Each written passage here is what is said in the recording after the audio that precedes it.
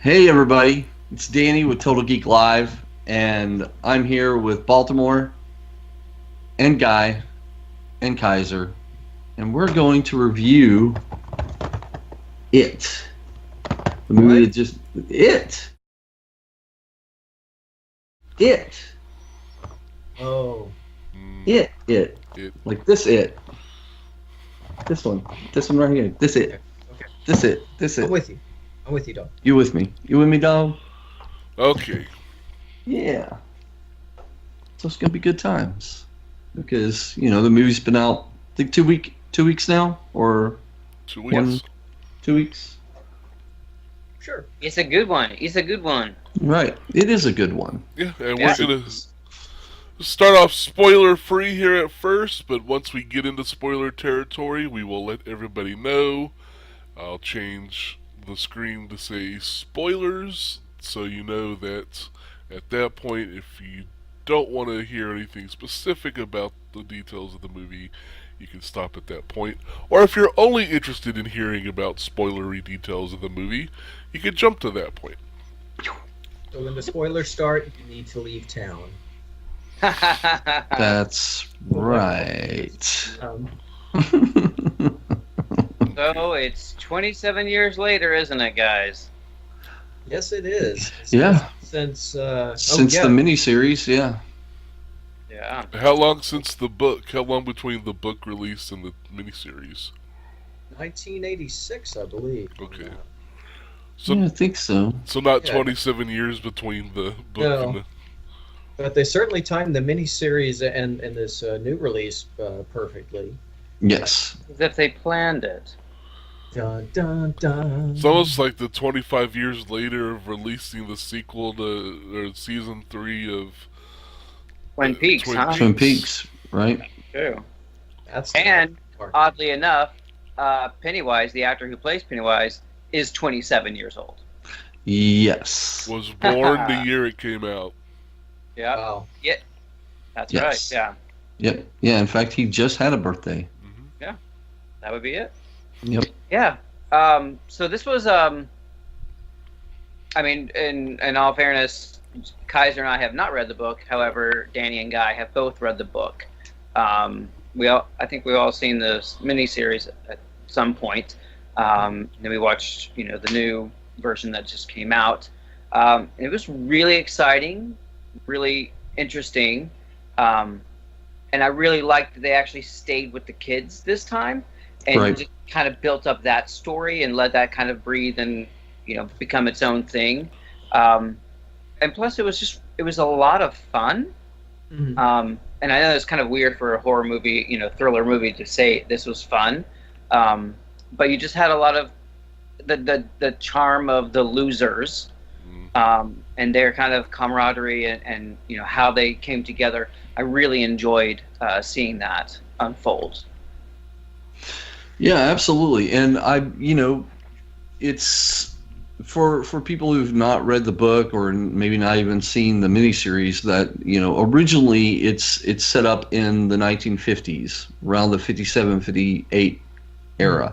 But with this, they actually decided to, fast forward a little bit. And so these kids, this version, they're set in the 1980s. That really resonated with me because, and you guys, we all grew up during that time. So it was, I mean, there was so much eye candy just with looking in Bill's bedroom and seeing what movie posters he had on the walls and what kind of maybe toys and different items he had laying around that, I was just constantly looking at just everything, and it felt like I'm part of this nice 80s adventure going in with these kids. Yeah. And great cast of kids. Excellent actors. I loved each and every one and what they brought into it. Although I do wish some may have had a little bit more maybe not backstory, but a little bit more time and interaction and stuff than they were given. But I definitely agree with you on that. There were some that they kind of highlighted a lot more. In story-wise, I imagine that's there's a reason for it. But yeah, there were a few that were just not as integral to the story plot line. Right. But it always feels like they might have had more scenes that were just kind of cut before. quite possible, yeah. Because Well- even the ones that weren't really given as much story time, or at least were given some very iconic imagery and scenes, Yeah. to them, Yeah. which at least I help, I guess, balance that out a little bit. That some of the bigger visual cues that went on were around them. Right. Yeah. And I think one of the biggest changes was Mike, because Mike had a lot of backstory in both the book and even the 90 miniseries. Yes. He was more the historian of the group, and they gave that over to Ben, which I'm hoping maybe in the next one they'll kind of balance that out. It's an interesting thing because my fiance and I watched the 1990 miniseries just before this, and there was that little bit of concern. It's like, okay, we just watched this like 2 days ago, and here we are going to see it. Is it going to be basically just the same thing we just watched and with all new actors? And no, it's not. I mean, it's a lot of the very familiar story beats, so it's not like you're walking into something brand new, but they did present some things in some very different ways because being a television miniseries, there's certain things that they couldn't show, especially in 1990 television. And, now they kind of really ramped up that gore and the scary scenes, and they kind of let the actors go a little bit more loose, especially in like language and violence and things like that. Right. Yeah. My thought on everything though was I personally, I've said this in the past, I'm just not a big fan of reboots, and there's a bit of a questioning if this really actually does count as a reboot, because we've talked about the 1990 and I think that's something we will have to compare. But that was TV. This is its first real theatrical run. Right. There hasn't been another movie or a cinematic It. This is its first time out, so it's not really a reboot. It's the premiere of Stephen King's story now on the big screen. Right. Right. Yeah, I totally agree with that, because there's only so much one you can do on broadcast television, even when you have 8 hours of a miniseries, which that's what the original miniseries was. But you just can't get away with a lot of stuff. And I mean, this is Stephen King we're talking about. Mm-hmm. You're going to get the horror and the gore and all of that because that's what's in the book. And that I knew what was coming in the very beginning of this movie because there's a lot of iconic scenery. It flowed a lot like what was in the book. And while it wasn't exactly how everything went down, it was more of what I expected to see visually than the miniseries gave.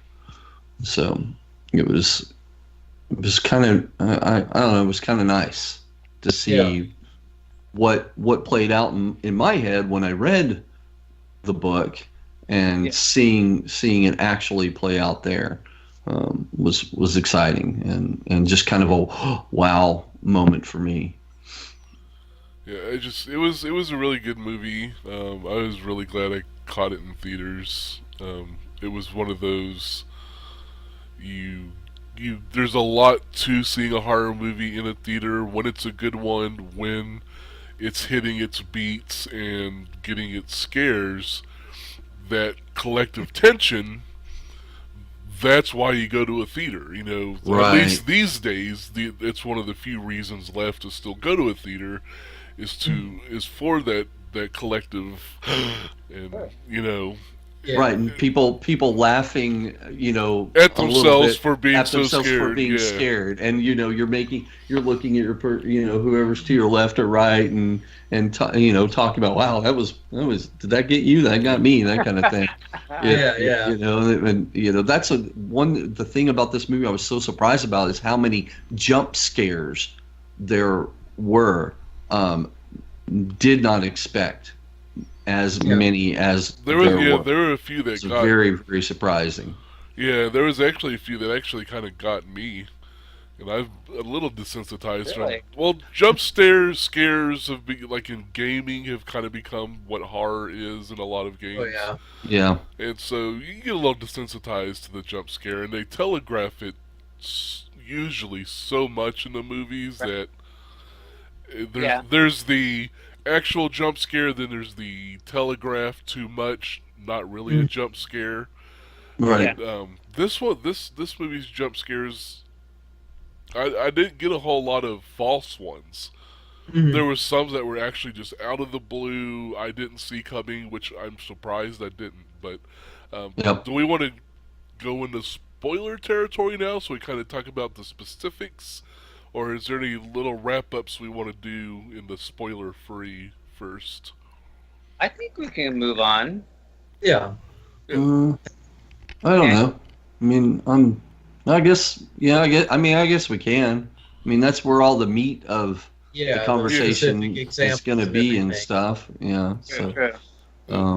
so yeah, I'm fine with it.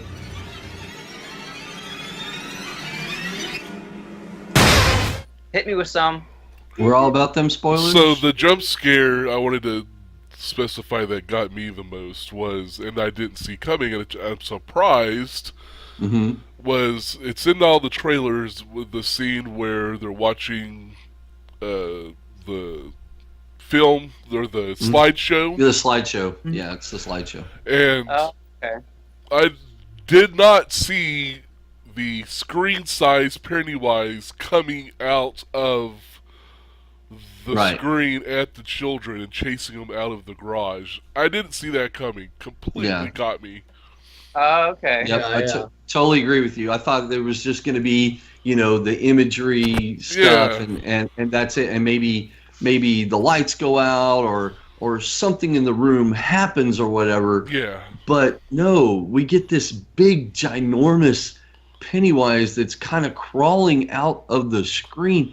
I mean, it was larger than life, and this is the biggest I've ever seen him. I'm just, leaning back, going, oh my gosh, I can't take this. This is so scary, and just the fact that the kids are frantically, moving around, all scared, like oh my god, and you're like, you feel it. You feel the, the chest. The pressure on the chest, and everything. I think it's the first time a trailer's actually misled me in a while, because how trailers are. They pretty much spill everything. So I thought, okay, Pennywise appears on their screen. They'll probably turn off the projector, kick it over, or whatever, and there you go. Right. And then they ramp it up with that extra little scene. Yeah. For the jumps and the general tone of this film, I think the closest comparison I found to it felt like one of those haunted house attractions that you go through, because it's complete with like the monster running at you. But, he never really, I mean, there's one or two instances where he actually did get somebody, but, it's always that running and so close and misses, and then he doesn't really follow. And it's like you go to the next room and here he does something. You walk in, oh crap, where is he? Where is this going to be? He jumps out and scares you. You get out, you go to the next room. So it really did feel like a haunted house experience. Yeah. And I think that's what made it so much fun for me. It was, I just felt like I was on a really fun attraction. Yeah. Just going through all his little tricks. Yeah, totally agree.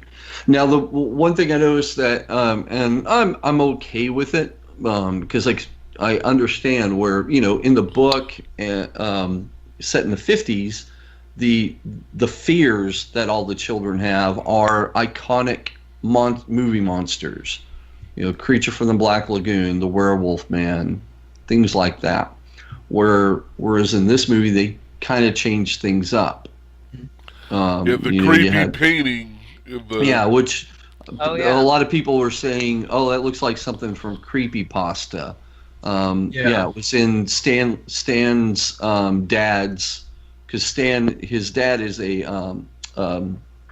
a rabbi. Thank you. Yes, Jewish rabbi, and so he has an office in the synagogue, and on the wall is this really creepy painting. Yeah. And Yeah. that whole thing came to life, but it was really cool, visual. Hmm. is that an actual painting, like a well-known Jewish painting of anything? Well, I think it's sort of reminiscent of Scream. The Yeah. Scream. Yeah. That's where they're kind of taking it from, or at least that's where I went to when I saw that. Yeah, Right. because I was looking at that and I was like, why does this rabbi have this Valak-looking painting from The Conjuring in his Right. office? I'm like, Right, why Yeah. would he have this horrible-looking thing in a religious institution? right. Yeah, it was very, very questionable. Made you think of things. Of course, we're in Derry, Maine. Not everything makes sense. Yeah. What I think would have been interesting is the point that you brought up, Creature from the Black Lagoon and, the werewolf and things. It's like, because this movie was put out by Warner Brothers and they own the rights of a lot of iconic horror icons from the 80s, like Freddy Krueger and Jason Voorhees. And I mean, Right. I think it would have been a little too telegraphed and obvious, I think, if they used that, and I'm glad that they didn't. But Yes. in that context, from like the book and even the miniseries hinted at, if they'd done something like that, because it is the 80s and kids would be scared Right. shitless. So, Exactly. Well- it would have made sense Mhm. in that sense. There is actually one scene that was a bit Freddy Kruegerish to me, and that's where you see the hand come down and then the claws come out of the clown glove, Yes. and you just he's walking towards the children. You just kind of see that hand, coming Right, towards right. them. That had a kind of Nightmare on Elm Street kind of feel Yeah. to it. Oh yeah. Right. It was probably done on purpose. At least I would hope so. They were trying to get that imagery in there. What is it? What is it? It's an alien? Is that the dimensional? No. What is the? Right. Well, Not yeah, necessarily. aliens would be in our same universe, just from a different planet and all that. It's actually from, and this is when in the book when Bill and Richie do they do the smoke tent thing, which they actually wanted to do for this film, but they just didn't have the budget for enough budget to include it in this. But they do this whole little peyote smoke tent kind of thing to figure out where it came from, and so it's called the microverse, and it is a kind of you would think a trans-dimensional. That's what it is. It's this being from another dimension that somehow came here millions of years ago. So it's not an alien, because that would be in our universe and our dimension. It's like a cosmic god entity is probably the most simple explanation. In a way, yeah. And they didn't really go into it. And if you're big into Stephen King like I am, and you know everything and anything evolves around the Dark Tower universe, you see turtles in this movie, but it's never expanded upon about the significance of the turtle. And in the books and in Stephen King's universe, there is a all-knowing kind of almost godlike creature that is a turtle, and his name is starts with an N, marine. I forget the name, but it starts with an M, the letter M. And this is a really, really ancient being, and in the Dark Tower series, it's actually one of the beings that keeps up the beams that are connected to the Dark Tower and everything. Well, the creature actually has, in the book, a communication part with Bill when Bill goes through the ritual of Chud, or Chud, however you want to pronounce it, to figure out how to defeat it. and this, you find out that this being, it knows this turtle creature, and whereas the turtle creature is kind of, doesn't necessarily represent good because it doesn't like to get involved with life and everything, but it does represent life, whereas it is evil and more likely likes death and stuff, and so it is aware of the turtle and doesn't like it, and so they're aware of themselves in whatever dimension they're from and everything, and even Pennywise will bring it up in the book. Hopefully, maybe we'll get a little bit out of that in the next movie. I'm not quite sure. Right, because that was one of the big things that they didn't really reveal. But at the end of this movie, it's not it, it's it, Chapter 1. Yes. Right. So they say, okay, we're doing another, it's already planned, and which they already started pre-production on. Mm-hmm. So, yeah. That was kind of cool, because I didn't see that coming. I mean, you would... Because horror, especially horror remakes or reboots or reimaginings, don't always do great. They keep making them. And, Guy, you made a great point that this isn't really a reboot, considering it's the first time it's a movie and not like a miniseries. Yeah. But it still kind of is, reimagining visual, representations. No one knew. I don't think anybody saw it that it was going to be as huge as it is right now. Like, as well received and stuff. I mean, you always kind of, I guess, know, but no one really knows until it comes out. Right. Yeah. Didn't know. I hoped. Yeah. I had a lot of hope. Well, you take a look at all these reboots they do of Nightmare on Elm Street, Texas Chainsaw Massacre, Friday the 13th. They all tank in the box office because no one wants that. I mean, Hollywood believes people want that, and everyone goes to see it, and it's like, oh, this isn't what I wanted, and then it tanks. And right. Yeah. This one actually tried to be its own thing, and I think that it was... It paid attention to the original 90s series. I mean, there was even a little cameo of a Pennywise clown doll in like Tim Curry's version in like this room where Richie walks into this room just full of creepy clowns. Right. And I mean, they paid homage to it in the sense they acknowledged it, and it wasn't like, oh, look, we just invented this new thing. You know, it's like they acknowledged it, but then it's like, we can't recreate that, but here is our version. And I felt instead of just being the same retread, like I said, we just saw it 2 days prior to seeing it. It felt like it was its own interpretation and its own version, so I didn't feel like I was watching the same movie twice. And that was refreshing. Yeah. Right. Yeah. No, we get the iconic Georgie getting his arm ripped off. For the first time, actually. You didn't do that in the miniseries. Exactly. You actually get to see the brutality of that event. And that one took me back. That one was mine, because it's like you see it in the Tim Curry version. Tim Curry, and I think we are going to have to talk a little bit about some of the comparison. But Tim Curry did this iconic performance. I think when you think of like the 90 It, you think of Tim Curry. It's just how it is. But sure, it's like, okay, we're going to do this scene, and this is a nice retelling, and he's putting his own spin on Pennywise, and then you expect the scene to end, and then it's like, holy crap, they ramp it up. And I was like, I was not expecting that, because you don't normally see children get injured in a horror film. Right. Not like that. And I was just like, nope, not like that. Yep.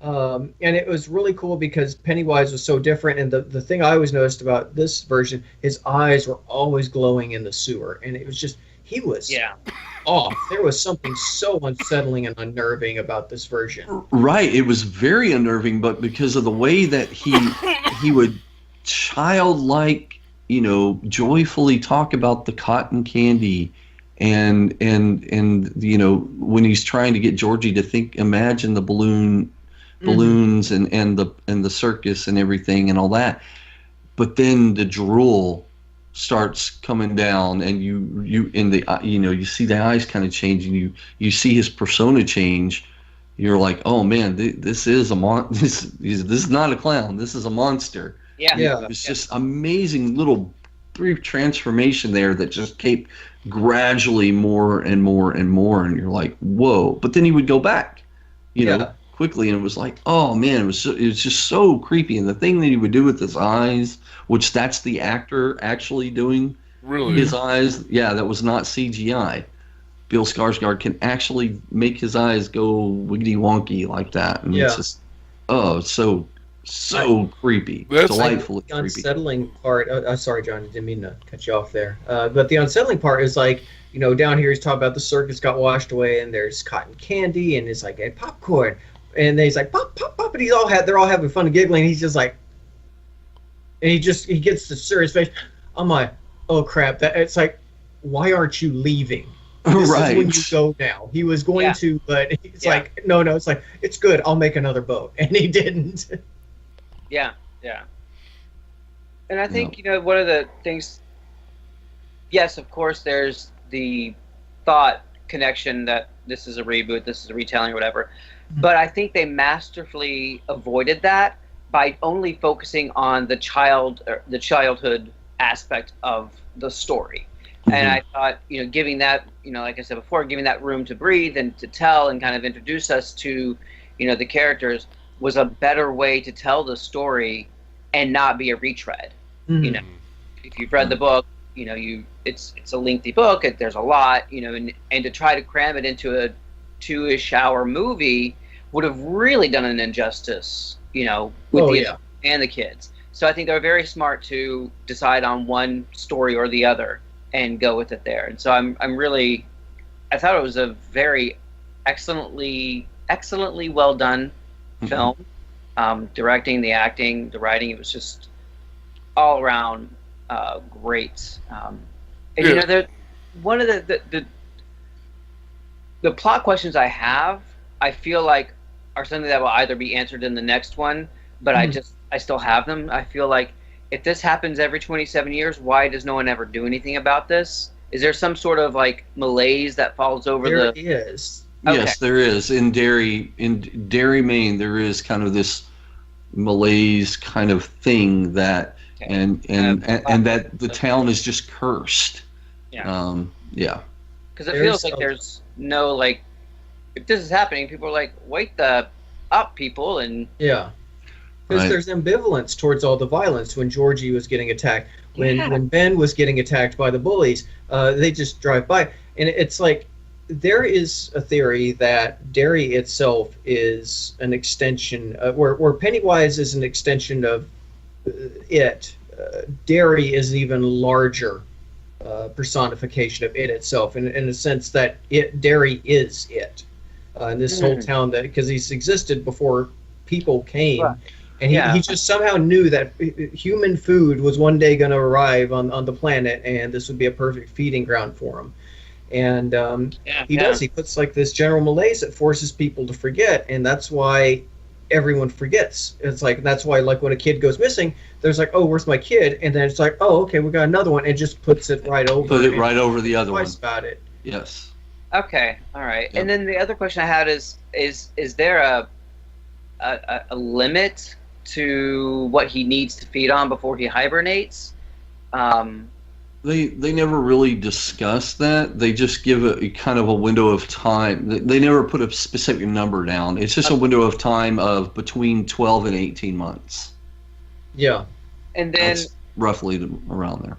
So did they necessarily defeat him, or did he just go into early-ish hibernation? At the end of this? Yeah. What happens is that, yes, he would have went ahead and gone into early hibernation because he has fed right through, you know, to lead up to this point. The losers were going to be like his one last great feast for this period of time, and he thought, because he's never been kind of defeated before or even confronted like this before, that because he always preys on children. It's the easiest target for it, I should say, not he. But so the fact that he saw that no longer were they afraid of him, because fear is a big key here. And he felt threatened, or it felt threatened for the first time in probably its entire life, that it decided to retreat. It figured, okay, I've got enough. I can sleep it off for 27 years. They'll be older and such. And then, so yeah. That's kind of what I was feeling when I was watching it, but I just wasn't, certain if it was a real defeat or if it was just okay, this got real. I'm gonna, slink off. It was a temporary setback. This is the first time he's ever been injured, and this is the first time the kids have ever, like any children, have ever fought back against him. He just was like, okay, this is new and weird. I got hurt. I'm gonna go sleep this off, and that was kind of his whole thing. Right. Because like the inhaler in the TV series, they use your imagination, and that if you believe in something, then that could hurt it. They didn't really do that, but I thought it was very interesting when the kid thought that the bolt gun was loaded. He didn't know it wasn't, but he thought it was, and he shot it, and it caved in and hurt it. And even though the kid who knows how to, he's like, hey, it doesn't have any ammo. Even though he knew it didn't, the kid that used it didn't know. Oh yeah. And it had an effect because he used it thinking, and it actually showed. You know what I'm saying? Yeah. So they kind of teased it a little bit that, if you believe something to be something, when using it against the creature, that it could actually hurt it. Right. Yeah. Yeah, because it is part of its power is telepathic, telekinesis, mind power things, and within the book, it talks about the ritual of Chud, and that's what we're seeing here: the power of thought, and how if you put that, you put it to use, you can actually do harm to it. They just don't go into it. I mean, this entire movie, those words, the ritual of Chud, is never mentioned. Never happened. Never mentioned. So they're just subtly kind of putting it in that the power, the mind is a powerful thing, and the power of thought, you're basically, that's how you have to combat it. You have to use the same type of power it is using against you. You have to use it against it. So, and I loved it. I loved the way that they subtly did it for this film. Yeah, it was a smart way to introduce it without it being overt and overwhelming, and kind of it flows in, and if you eagle eye catch it, like you said, you'll be like, oh, that's really cool. Right. But what was your favorite scene or your favorite moments from this? I had a lot of different scenes. I mean, really, it's just, you always look forward to seeing Pennywise. It was just, how much weirder can he do his next presentation? Because again, the 90s version of his appearances were so different from his new ones. I think one of the creepiest thing is actually seeing his lair and seeing all the children floating above, because you've always heard it, and now you're seeing it. Yeah. And then that, the fact that he had this elaborate lair with his name on it, almost like a cartoon carnival character, and then it goes down and he does that weird dance, and it's like he does that swing arm thing, but whereas he's bouncing around, his head never moves. Yes. I mean, it's stationary, and it was just so off-putting, and I've looked up video clips of it, and it gets no less weird every time I see it. It's just, I think that's the thing about Bill Skarsgård's version of Pennywise. He's unnerving. It's like you felt like he was at this cross of a fine line between self-restraint and insanity, and it's like, unlike Tim Curry's version where he's kind of a buffoonish smartass that was calculating but in charge. You kind of felt like you could talk to him in some way, like maybe have a conversation with him at least before he tries to eat you. This Skarsgård's version, it's like he didn't feel or act human. It's like he had a basic idea of how humans worked. Right. Everything felt off. And for the first time, I like in a lot of those scenes, especially when he opened up, showed the deadlights to Beverly. That's the first time I've really thought about it. And as much as I love Tim Curry's version, that didn't portray it like this. I felt where in the old series, Pennywise was like this favored avatar of it. But in the new movie, the clown felt more like a shell that housed the true evil inside. Right. Yeah. It was truly a disguise. And that was the first time I really felt like that. Yeah. What about you, Danny? I loved seeing the iconic rock fight between the Losers and Henry Bauer and his punk gang members. That, you know, that was so much fun to see on the big screen, because that was really a moment. You know, it was when Mike happens to run across the Losers, and that's like the final moment of them really becoming together, a group, and showing that they can, you know, this is a physical and kind of an everyday life obstacle that they have been dealing with Henry. And to see that they have the courage and the willpower as a group to overcome and fight against that, it's kind of it foreshadows with, well, they can do that, they can fight it. And I loved it. I absolutely loved it. Yeah, I loved how in the true horrors in the movie were actually the humans. The adult interactions with the children were as creepy and sinister as anything it does. It's, you know, I don't know if it's part of that, you know, the malaise you talked about, kind of the overall kind of control it has over the town but my God, the scene with Bev distracting the pharmacist so that they could get the bandages to help Ben. It's like, oh, those glasses, you can look like Clark Kent. And then, the looks, I mean, it's just... Oh, my God. And then, you kind of, the same thing with the Inhaler Boy's mother. I can't think of the, what's his name? Oh, Eddie? Eddie, yeah. His mother was that a suit she had on? I mean, she seemed out of place, right? Yeah, so I think them really upping the horror of their lives outside of just the horror of what they're having to deal with.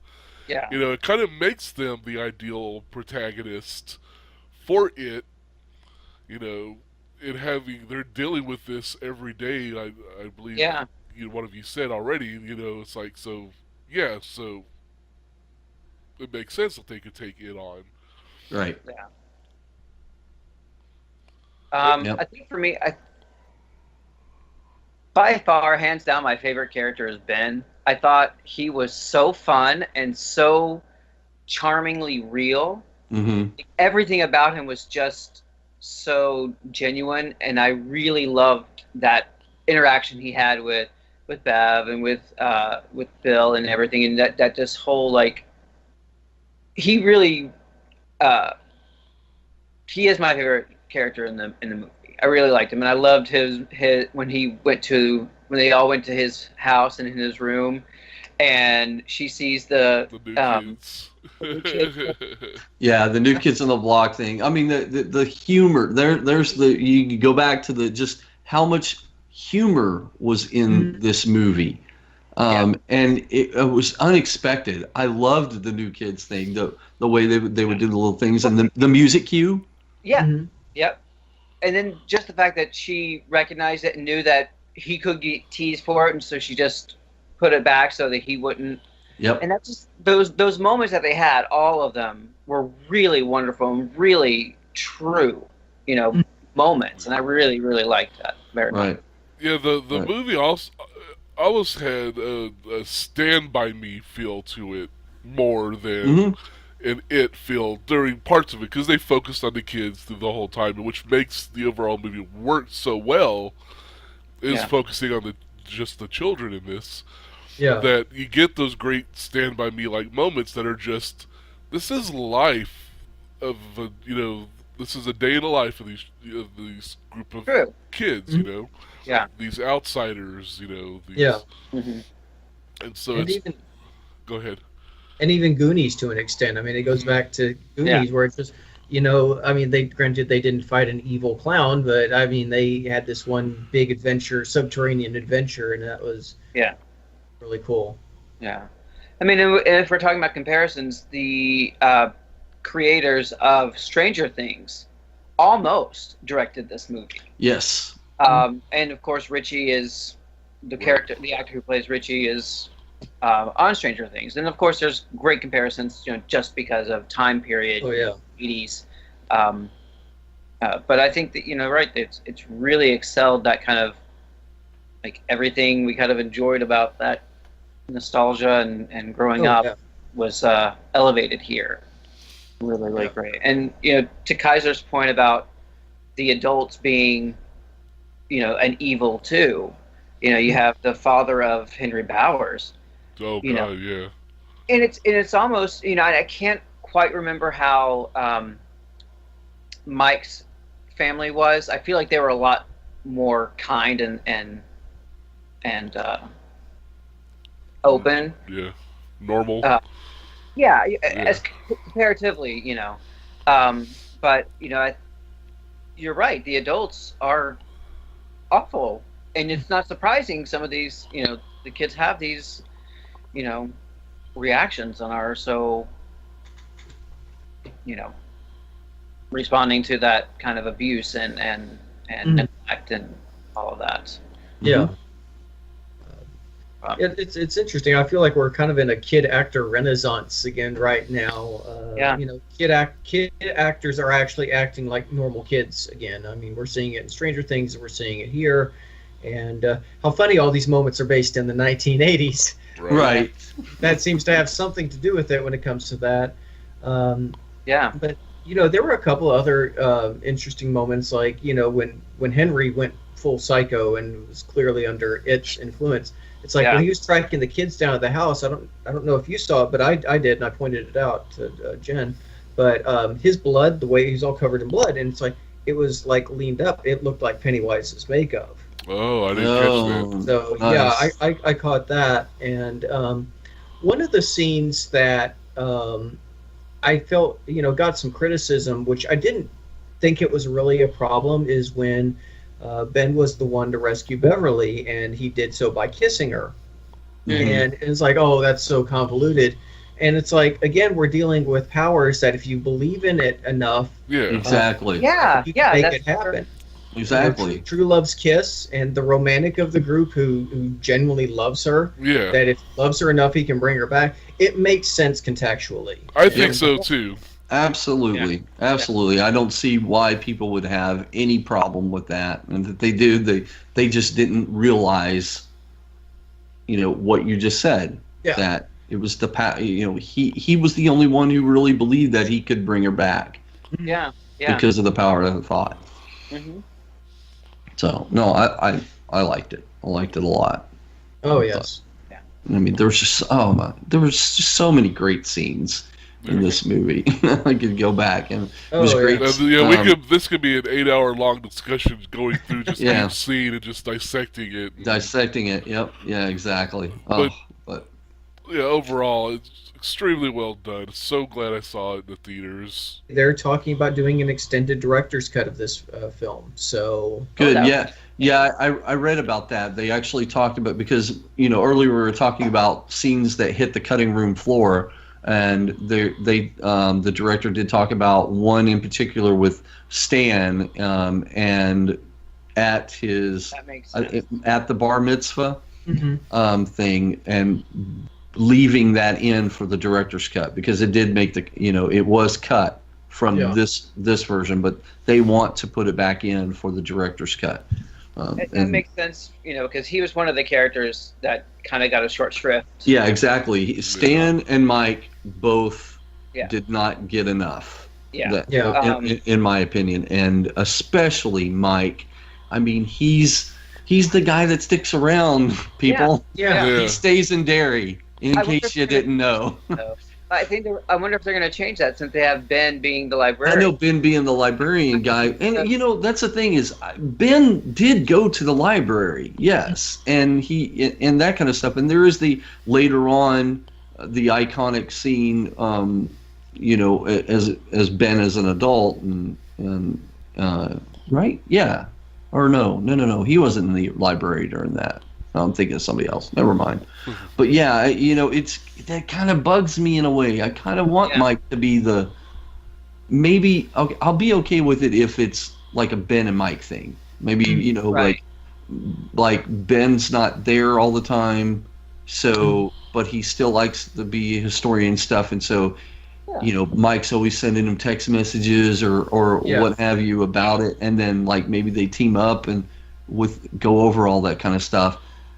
That I would be okay with, but it would give them someone to come to, like when it starts again. True.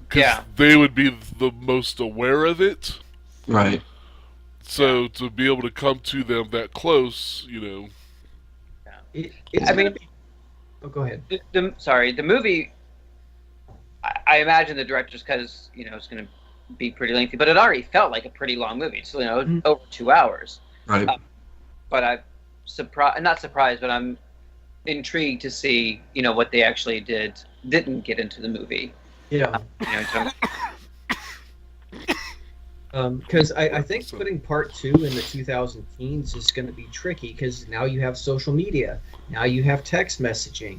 I mean, granted, once they killed off it in the first one, they started forgetting all their memories, and that was like the big thing of the second half of it.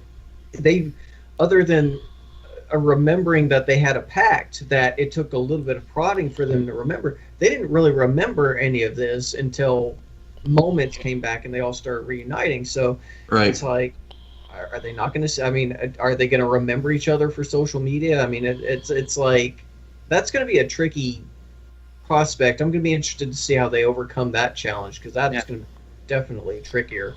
And then who are they even going to cast as the adults? That's what I think we should talk about now. Let's do some speculation about who we would want to be in each roles. So let's start with who would you want to play Bill? See, I thought about doing a fan casting thing, but I didn't have the time to put into it before the shooting, so I've got nothing. Yeah. So maybe Molly Ringwald. Okay, now that would be interesting if they got 80s icons, like 80s icons to do that. To play the older versions of it, That would be interesting. I don't know if it'd work, but it would work for some. I don't know what Harry Anderson's doing these days. He might come back for Richie. No, I mean, you think about it. They were in middle school, so they're 27 years later. They're going to be, around 40. So someone said like Christian Bale for Bill. For Bill. Yeah. Okay. I was thinking, I know this is so horrible. Bill, that's Georgie's brother, right? Yeah. It's Stuttering Bill. I was Bill. thinking more like Liev Schreiber. Oh, he'd be way too old. Yeah. Would he? He's in his 50s now. Yeah, but it's Hollywood. He could be in his 40s. But you have, so obviously you have Bev. People are talking about Jessica Chastain or Amy Adams. But if you have Amy Adams, Jessica Chastain and Liev Schreiber, that's a lot of. You have to kind of go a little closer to something that would work. Right. I could see Joseph Gordon-Levitt. Yeah. I could see him for the asthma guy. Eddie. Oh, for Eddie? I could see him for Eddie. Because Bill's got a very distinct face. I feel like Joseph has a pretty distinct face too. Yeah. And Bill's also, you have to remember when he grows up, he's a writer. Mhm. Yeah. So you have to think about someone who could pull off, that type of persona and stuff, because writers are a lot different than other people. I did see, I haven't looked a whole lot about all of this and thought much about it, but I did see that for Ben, they want Chris Pratt. Yeah, I can see that. They want to see him to, because Really on the nose, though. yeah, I don't know. It needs to be, of course, it needs to be a guy who's fit and good looking, because that's what Ben turns into. Right. But yeah, I don't know. Yeah, I don't know. For Mike. Well, if Hollywood needs a Richie, I'm interested. So I can run my mouth. Believe me. Mike. For Mike, I would think maybe like the guy from Moonlight, maybe, or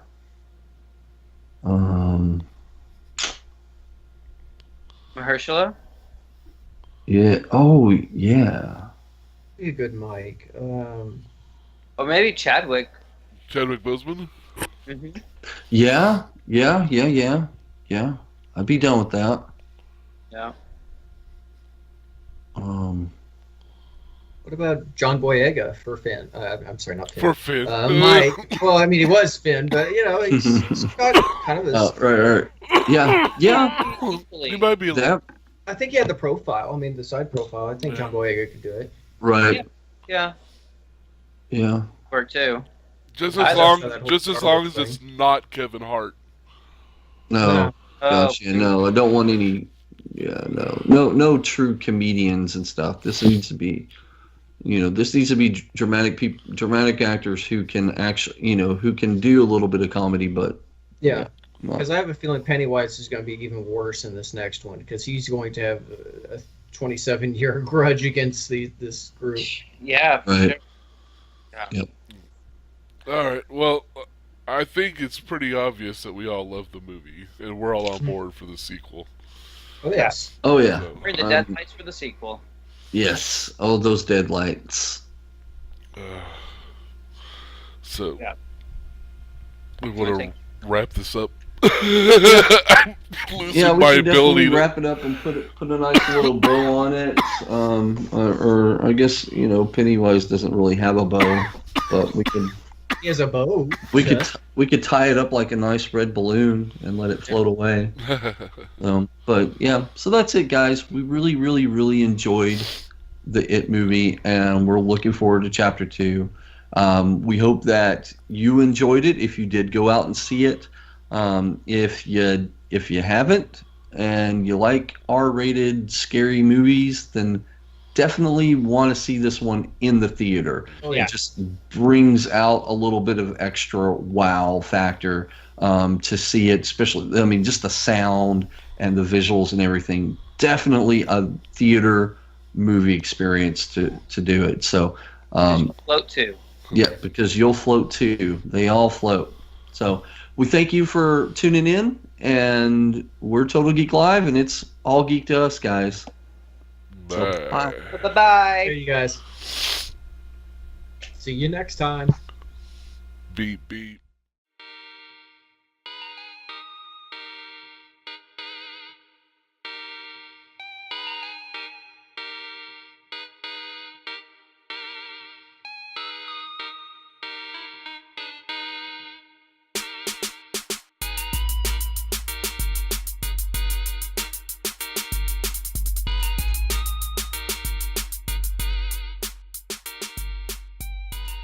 You'll float too. You'll float too. You'll float too. You'll float.